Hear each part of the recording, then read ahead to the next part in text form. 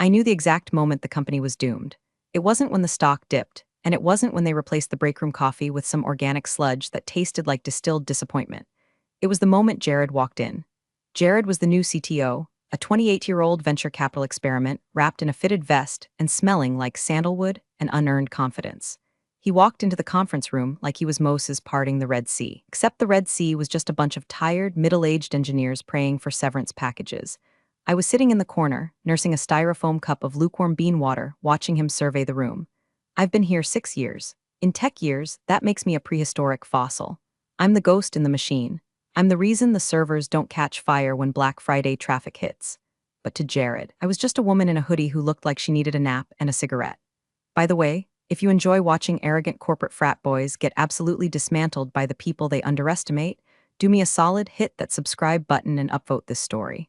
It fuels my rage and helps me buy more calming herbal tea, which I definitely lace with whiskey. Thanks, you're the best. Listen up, team, Jared started, clapping his hands together like a seal asking for a fish.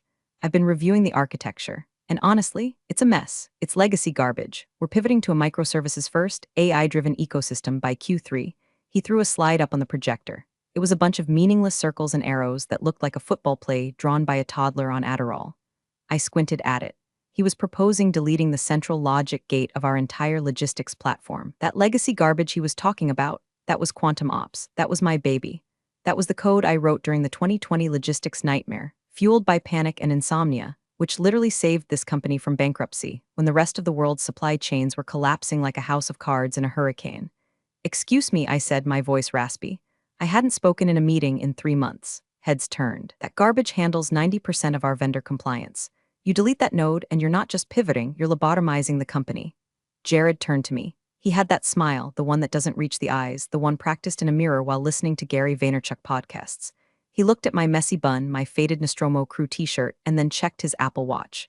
And you are? He asked, feigning ignorance. He knew who I was. It was the line item on the budget that the CFO couldn't explain but refused to cut. I'm Emily, I said, keeping it simple. I built the backbone you're trying to surgically remove. Jared chuckled. It was a wet, condescending sound. Right, Emily, look, sweetheart, I appreciate what you did in the old days, but we're not running a history museum here, we're building the future.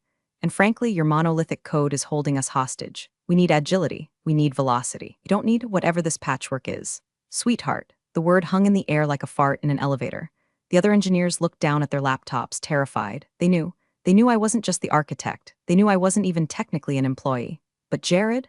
Jared was too busy admiring his own reflection in the glass whiteboard to do his due diligence. See, back in 2018, when this company was nothing but a chaotic startup with 3 lawsuits and a dream, they couldn't afford me.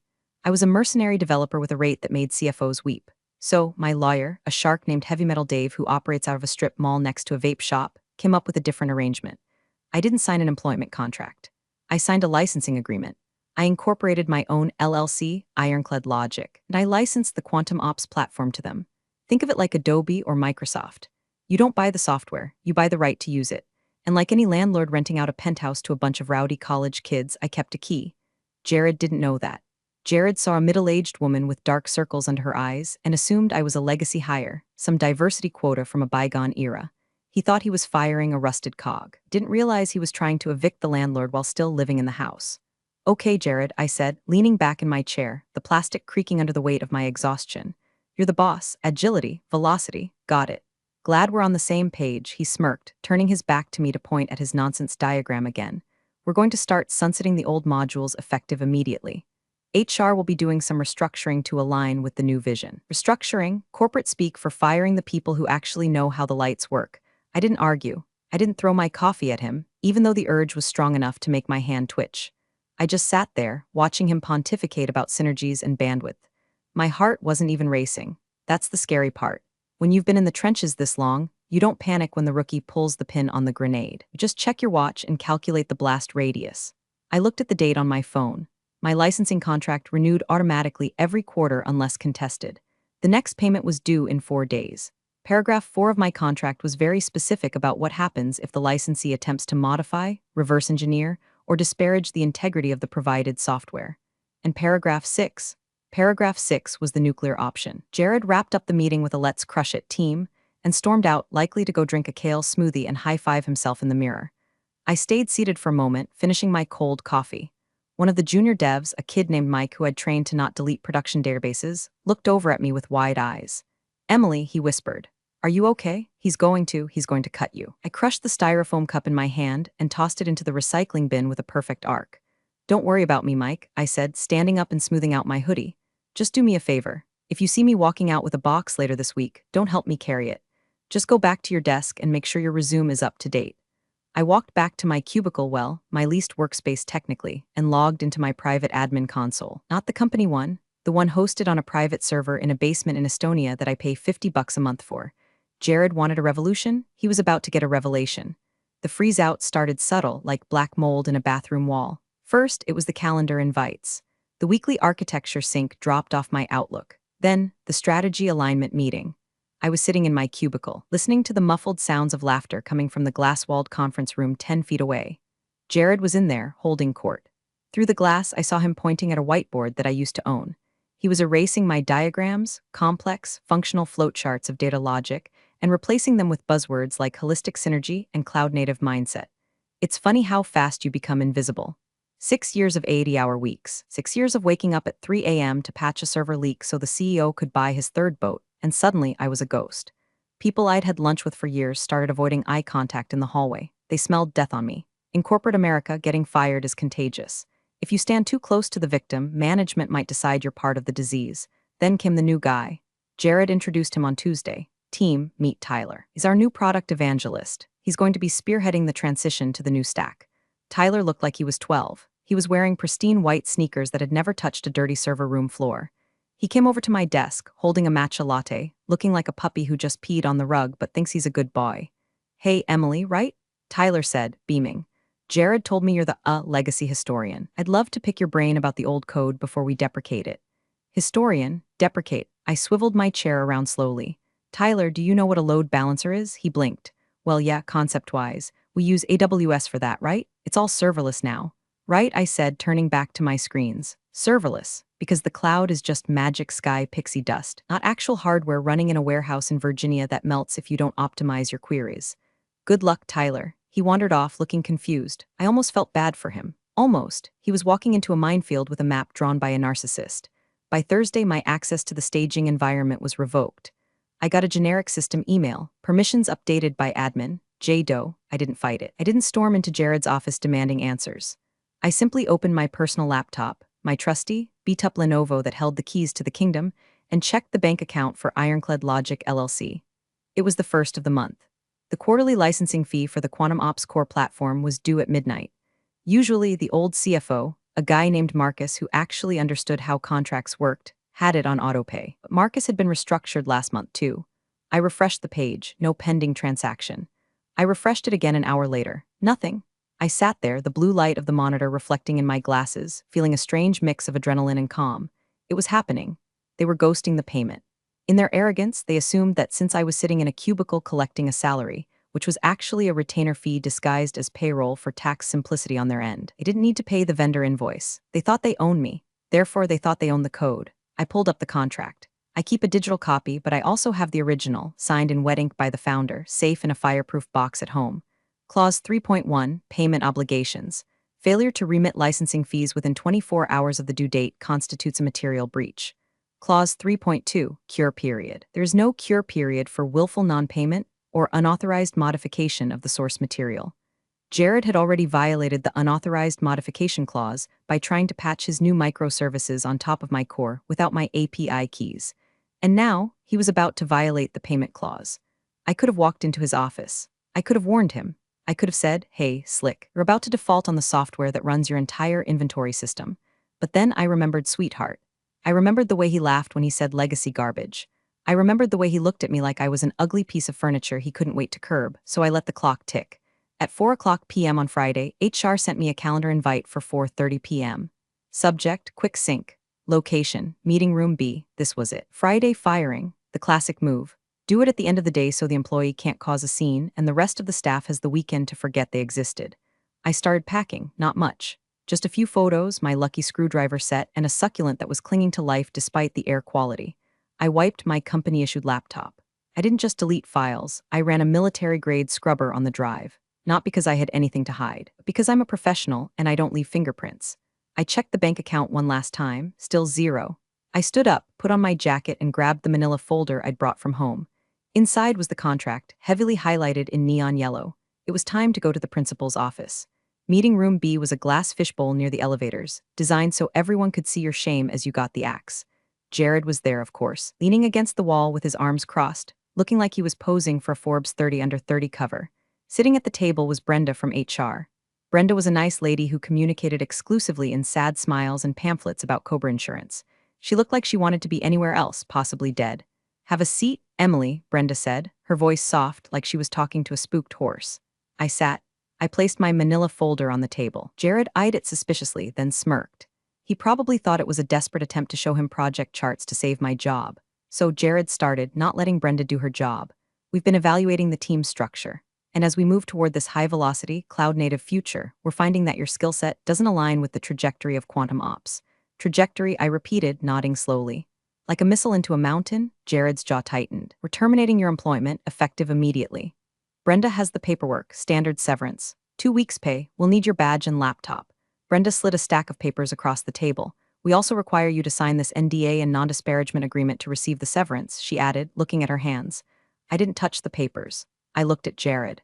"Just to be clear," I said, my voice steady, sounding deeper than usual in the small room. "We're terminating our professional relationship. Completely." "That's what fired means, sweetheart," Jared snapped. The mask was slipping. He wanted me out. He wanted my salary budget so he could hire 3 more Tylers. "Okay," I said. I reached into my pocket and pulled out my badge. I slid it across the table. Then I took the company laptop out of my bag and placed it next to the badge. "There. I'm no longer an employee." "Good," Jared said, pushing off the wall. "Security will escort you out." "Wait," I said. I placed my hand on the manila folder. "We're done with the employment part. Now we need to discuss the vendor relationship." Jared frowned. "What are you talking about?" I opened the folder. Inside was the licensing agreement for the Quantum Ops Core platform, signed in 2018, renewed automatically every quarter. I spun it around so they could read it. "I don't work for you, Jared. I never really did. My company, Ironclad Logic, licenses the technology that runs your procurement, your logistics, and your vendor payments. I was just part of the package, on-site support included in the premium tier." Jared laughed. He actually laughed. He picked up the contract, glanced at the cover page, and tossed it back down. This is some old paperwork from the startup days. We own everything you wrote while you were here. Intellectual property assignment. It's standard. We own the code." "Actually," I said, tapping paragraph 4. "Read it. All code, architecture, and algorithms remain the sole property of the licensor, Ironclad Logic. The licensee, Quantum Ops Inc., is granted a non-exclusive, revocable right to use the software, contingent upon timely payment and adherence to usage guidelines." I watched his eyes scan the paragraph. I saw the moment the words hit his retinas, but his brain refused to process them. It was too absurd for him. In his world, developers were cogs, companies owned everything. "This is bullshit," he spat. "You were on payroll, that voids this." "Check with legal," I said. "I was on a retainer. Taxed as a 1099 contractor for the first 2 years, then moved to a W-2 structure for administrative convenience per a specific addendum signed by the founder. But the IP rights, those never transferred. Ironclad Logic still holds the copyright registration." I stood up. "Here's the situation, Jared. You just fired the on-site support. That's fine. I was tired of the coffee anyway, but you also missed the quarterly licensing payment. That's a breach. I'm not paying you a dime," Jared hissed, his face turning a shade of red that clashed with his vest. "Get out before I call the cops." "Okay," I said. I walked to the door. I paused and looked back at Brenda, whose mouth was hanging open. "Brenda, you might want to print out hard copies of the payroll data. Just a friendly tip." I looked at Jared one last time. "Clause 6, Jared, look it up. Unauthorized use of the software following a breach of contract will result in immediate suspension of service. You have 72 hours to cure the breach. But since you just fired the only person who knows how to keep the engine running, I'd say you have less than that. Get out." Yelled, I walked out. I didn't look back. I walked past my old desk, past Tyler, who was aggressively typing nothing, past the break room. I walked out into the parking lot, the air thick and humid. I lit a cigarette, my first in 6 months, and inhaled deeply. It tasted like freedom. I got in my truck, a beat-up Ford F-150 that I trusted more than any human being, and tossed the manila folder on the passenger seat. Thought they fired an employee. They just evicted their landlord, and they didn't even have a spare key. I drove straight to the liquor store. Not the nice one with the wine-tasting station, but the one with bulletproof glass and a cashier named Sal who doesn't judge when you buy a handle of whiskey at 4:45 p.m. on a Friday. I bought a bottle of Old Crow. It tastes like gasoline and bad decisions, which felt appropriate for the occasion. Back at my apartment, one bedroom that smelled like Nag Champa and soldering iron, I set up my command center.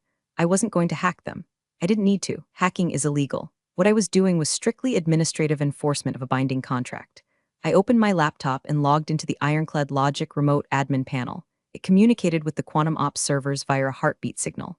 Every hour, their server pinged mine. Am I still allowed to exist? And for 6 years. My server replied, yes, carry on. I poured a glass of whiskey, no ice. I took a sip and shuddered. It burned the lingering taste of corporate betrayal right out of my throat. On my screen, the status lights were all green. Inventory module active. Vendor API active. Payroll gateway active. I navigated to the license status tab. Current status, grace period. Grace period ends T-minus 48 hours. Jared had called my bluff. He thought the contract was a prop. He thought I was just a bitter old woman waving paper around. He didn't understand that the code I wrote was paranoid. I wrote it that way because I knew people like him existed. The software verified its license against the blockchain. It was immutable. I changed the setting from grace period to strict enforcement. Then I queued up a command, revoke license key 001. I didn't hit enter yet. I wanted to give them the weekend. Let them enjoy their mimosas. Let Jared brag to his brunch friends about how he trimmed the fat at the office. The system was designed to do a hard check at 8 a.m. Monday morning when the transaction volume spiked. I sat back and opened YouTube. I needed a palate cleanser. I put on a compilation of Danny DeVito eating garbage in It's Always Sunny in Philadelphia. There's something soothing about watching a man who has fully embraced the chaos of existence. I felt a spiritual kinship with Frank Reynolds. He was the trash man. I was the code woman. We were both misunderstood artists of filth. My phone buzzed. It was Mike, the junior dev. Text, Jared is popping champagne. He says he's going to use your salary to buy a ping pong table. I hate it here. I chuckled and typed back, me, don't sign any long-term leases, kid. Maybe call in sick on Monday. I spent the weekend doing things I hadn't done in years. I slept in past 6 a.m. I went to a diner and ate eggs that were dripping in grease. I didn't check my email. I didn't answer the frantic automated alerts that started pinging my burner phone around Sunday noon when the system started noticing the license server was unreachable. Sunday night, the whiskey bottle was half empty and my resolve was full. I looked at the clock. Monday, 7:55 a.m. The Quantum Ops offices would be waking up. The warehouse teams in our state and Nevada would be logging in to process the weekend orders. The automated procurement bots would be attempting to order $2 million worth of raw materials. I hovered my mouse over the revoke button. This wasn't revenge. Revenge is emotional. Revenge is keying a car. This was business. This was a landlord changing the locks on a tenant who trashed the place and refused to pay rent. Paragraph 4, bitches, I whispered to the empty room. I hit enter. On the screen, the status lights flickered. Inventory module unlicensed. Vendor API access denied. Payroll gateway critical failure. The cascading red text was the most beautiful thing I'd ever seen. It was poetry. It was grimecore art. It was the visual representation of mess around and find out. I took a sip of whiskey. It went down smooth this time. The silence on my phone didn't last long. At 8:03 a.m., the first text came in. It wasn't from Jared. It was from the automated PagerDuty bot, which I had forgotten to unsubscribe from. Alert, Sev1, critical outage, main database unresponsive. Error code, 402 payment required. Error 402. HTTP status code reserved for future use, but one I had repurposed specifically for this moment. It literally means payment required. I wondered if anyone in that building was smart enough to Google it. At 8:15 a.m., my phone rang. Unknown number. I let it go to voicemail. Then again. I imagined the scene. The warehouse floor in Nevada grinding to a halt because the scanners couldn't authenticate the inventory. Trucks lining up at the loading docks, drivers screaming because the digital manifests were blank. The customer service lines lighting up like a Christmas tree as thousands of orders failed to process. At 8:30 a.m., Mike texted me. Mike, OMG, everything is down, everything. The dashboard just says, please contact administrator. Jared is screaming at the servers. He literally kicked a rack. I smiled, eating a piece of cold toast, kicking the hardware. Universal sign of a man who has no idea how software works. At 9:00 a.m., the phone rang again. This time, the caller ID said Quantum Ops HQ. I picked up. I put it on speaker and set it on the table while I watered my succulent.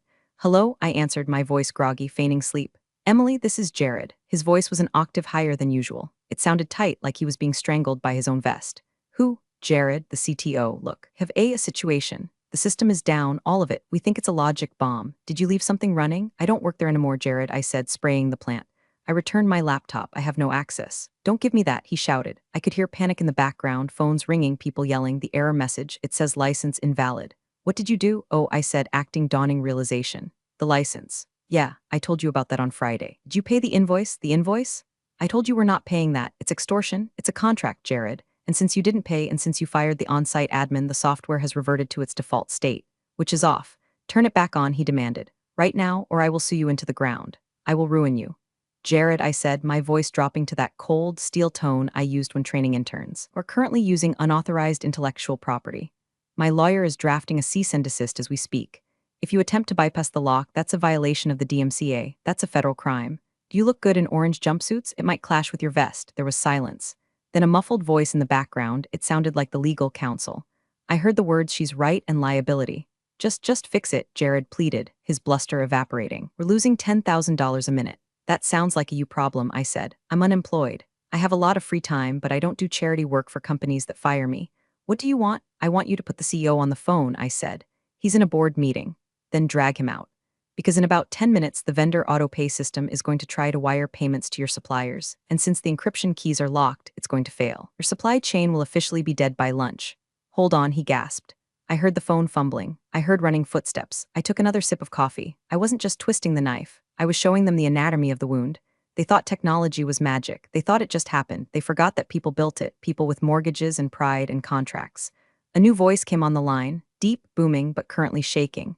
It was Richard, the CEO, man who had bought his third boat while I was patching the 2020 holes. Emily, Richard said. What the hell is going on? Morning, Richard, I said pleasantly. I believe your CTO evicted your landlord, and now you're locked out of the house. Richard tried to play the we're a family card immediately. It's the last refuge of a scoundrel with a falling stock price.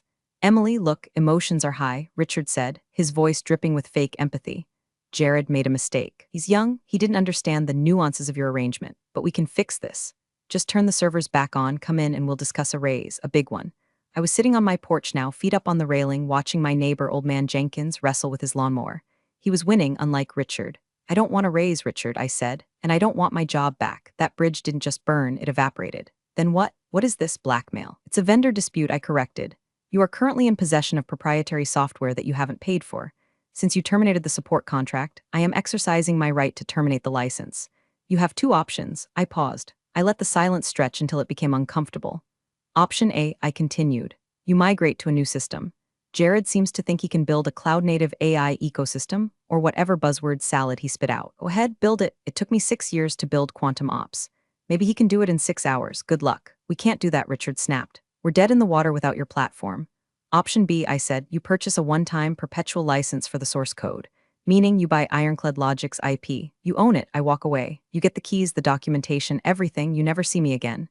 Fine, Richard said instantly. Fine, we'll buy it. How much? 50,000. 100, I laughed. It was a dry, raspy sound that startled a squirrel on the lawn. Richard, you're losing 10 grand a minute. You processed $300 million through my code last year. 100 grand buys you a consultancy firm's PowerPoint presentation, not the engine of your company. How much, Emily? 2.6 million, I said. That's insane. Richard roared. That's extortion. That's the valuation, I said calmly. I did the math. It's exactly 1% of the revenue my code saved you during the pandemic. Plus a nuisance fee for having to listen to Jared call me sweetheart. I won't pay it, okay. Good luck with the migration. Oh, and Richard? The Data Vault export protocol initiates in 1 hour. If the license isn't renewed or transferred, the system automatically purges customer data to comply with privacy laws. You know, GDPR and all that. You wouldn't want to keep user data on an unlicensed system. That would be illegal. You rigged it to delete the data?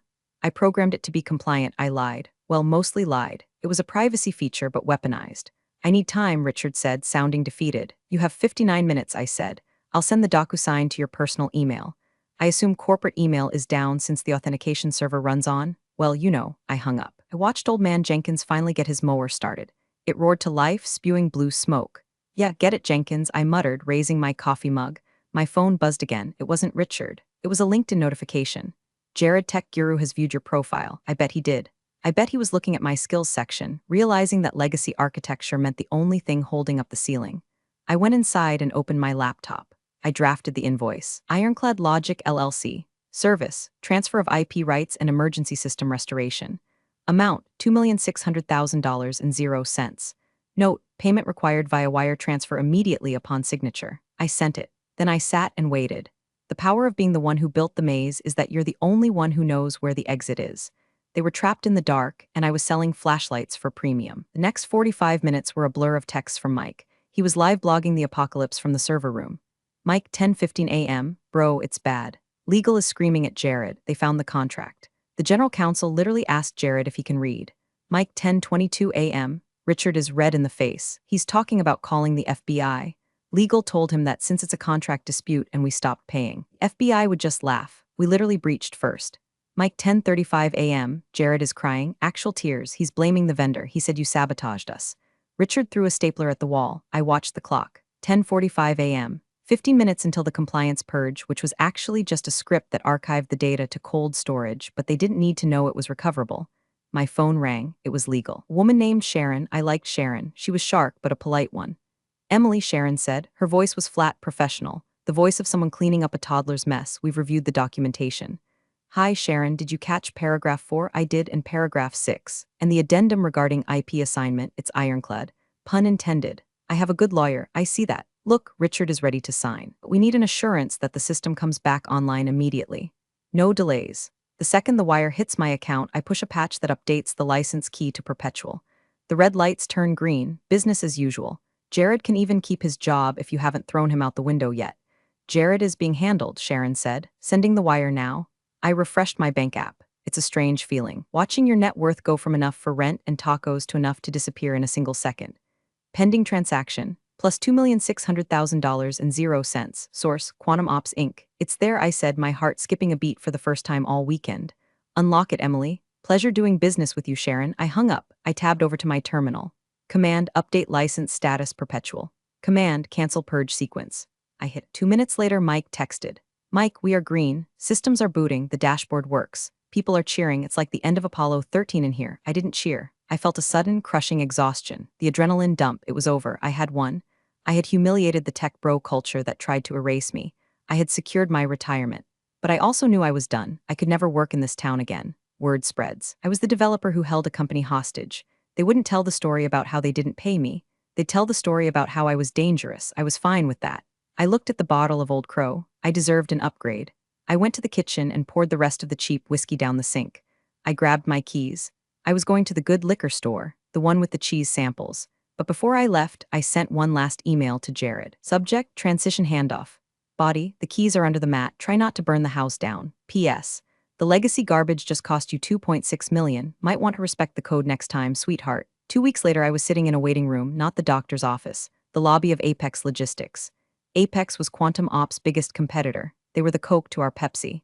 They were bigger, uglier, and meaner. They had been trying to poach me for years. I was wearing a blazer this time. No hoodie. I looked like a consultant. I looked expensive. The director of engineering at Apex, a guy named Stan who looked like a walrus in a tie, came out to greet me. Emily, Stan boomed, I heard you're a free agent. Rumor has it you burned Quantum Ops to the ground and then sold them the ashes. I just enforced a contract, Stan, I said, shaking his hand. Strictly business. Well, like business, Stan grinned. Come on back. We sat in his office. He got straight to the point. We're struggling with our vendor compliance module. It's slow, it crashes. We heard Quantum Ops has a system that works. Miracle code, they call it. It's not a miracle, I said. It's graph theory and efficient caching. And yes, I built it. Can you build it for us? I smiled. I can't give you the code, I sold them. That's their property now. IP transfer. I respect contracts. Stan looked disappointed. However, I continued, pulling a new folder out of my bag. That code is 6 years old. It's written in Java 8. It's legacy. I saw Stan's eyes light up.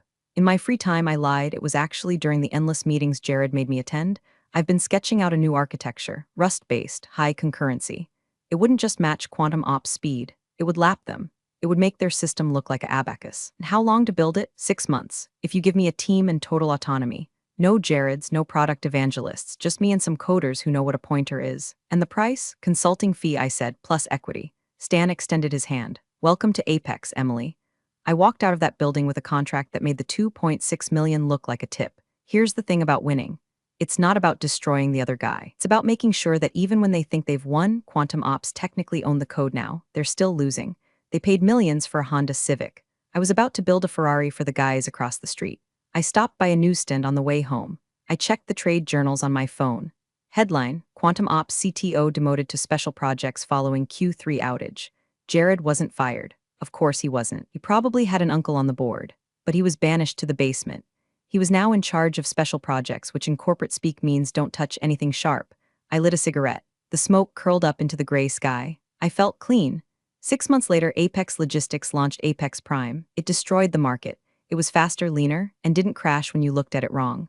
Quantum Ops stock dropped 40% in the first quarter. They were stuck with a legacy system that they barely understood. maintained by a team of terrified juniors who were too scared to change a line of code for fear of locking up the bank accounts again. I heard through the grapevine that Jared eventually quit. He pivoted to crypto evangelism. It fits. It's another industry where you can sell hot air and disappear before anyone realizes the balloon is empty. As for me, I'm currently sitting in my newly renovated living room. I replaced the Nag Champa with expensive candles that smell like sandalwood and vengeance. I have a 4K TV dedicated exclusively to Danny DeVito movies. I'm not happy exactly. Happiness is for people who don't know how the sausage is made, but I'm satisfied, I'm balanced. I still have the old manila folder. I framed it. It hangs in my home office, right above my monitor. Paragraph 4. Paragraph that bought this house. Sometimes, late at night, I check the logs of the new system I built for Apex. I see the traffic flowing. I see the commerce of the nation moving through logic gates I designed. I think about the women like me all over the country, the invisible architects, the ones who keep the lights on while the Jareds of the world take credit for the electricity. We're out here, we're watching, and we read the fine print. So, next time some 20-something in a fleece vest calls you sweetheart or dismisses your work as legacy garbage, don't get mad. Don't scream. Just make sure you own the keys. And if you have to burn the house down, make sure you charge them for the matches. This is Emily signing off. I've got a date with a glass of Pinot and a sunny marathon. And seriously, if you learned anything from this corporate war crime, hit that upvote. It costs you nothing, unlike Jared's mistake. Next step, would you like me to write a follow-up post where Emily details the specific malicious compliance tricks she used to train the new team at Apex? Or perhaps a prequel story about the 2020 logistics nightmare that cemented her legend? Big thanks for watching, you sneaky seniors. Subscribe to keep the coffee pot brewing revenge. Your ex-colleagues won't know what hit 'em.